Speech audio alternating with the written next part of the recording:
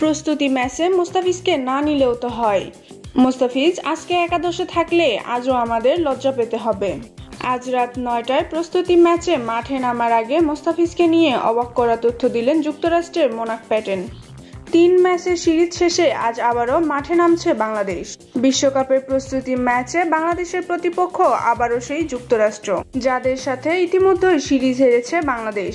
সিরিজের শেষ ম্যাচে মুস্তাফিজ যে তাণ্ডব চালিয়েছে তাতে যুক্তরাষ্ট্রের ব্যাটারদের মনে আতঙ্ক তৈরি হয়েছে। তাই তো আজ রাতে মাঠে নামার আগে মুস্তাফিজকে নিয়ে তাদের ভয়ের কথা বলেছেন যুক্তরাষ্ট্রের ক্যাপ্টেন মোনাক প্যাটেন। তিনি বলেন, মুস্তাফিজ বিশ্বের সেরা একজন বোলার। সে তার ৪ ওভারেই ম্যাচ বদলে দিতে পারে। তার স্লোয়ার কাটার বোঝা খুবই কষ্টকর, আর সুইংয়ের কথা বললে তো লাভই নেই। ও একাদশে থাকলে প্রতিপক্ষ ব্যাটসম্যানরা টেনশনে থাকে। শেষ ম্যাচে ওর বল আমরা বুঝতেই পারিনি। যদি বুঝতেই পারতাম তাহলে সে তো আর ৬টি উইকেট পেত না। যুক্তরাষ্ট্রের পিচ এমনিতেই একটু স্লো, আর স্লোয়ার পিচে মুস্তাফিজ কতটা ভয়ঙ্কর তা তো সবারই জানা।